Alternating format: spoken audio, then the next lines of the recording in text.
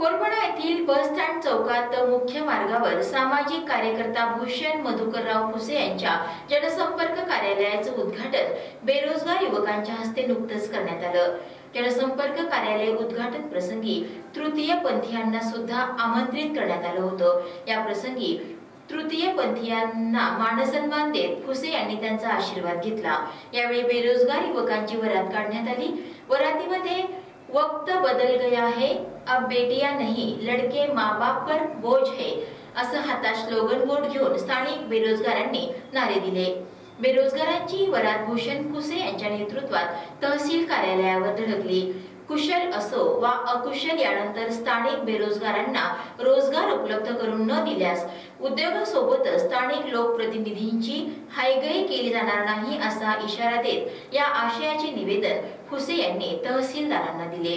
यानंतर बेरोजगार युवक, महिला आणि उपस्थित नागरिकांना फुसे यांनी मार्गदर्शन केलं।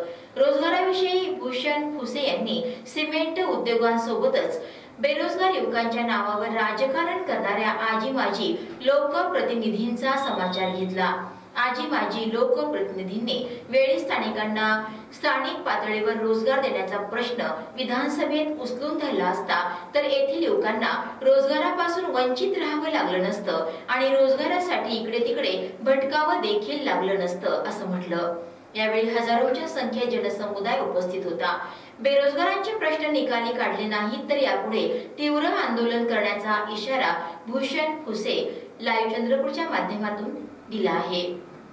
व राजुरा विधानसभा मधील सर्व सुशिक्षित बेरोजगारांना इथे स्थानिक नोकऱ्यांमध्ये सिमेंट कंपन्यांमध्ये प्राधान्य मिळायला पाहिजे असे निवेदन आज आम्ही तहसीलदार साहेबांना दिले आहे आणि त्यांच्या मार्फत माननीय मुख्यमंत्री साहेबांना ते पोहोचवतील अशी मी आशा अपेक्षा बाळगतो। आणि जर शासन प्रशासनाने आमच्या या रास्त मागणीकडे जर लक्ष नाही दिलं, सकारात्मक प्रतिसाद नाही दिला तर येणाऱ्या काळात आम्ही तीव्र आंदोलन करू हे मी सरकारला आज सूचित करीत आहोत।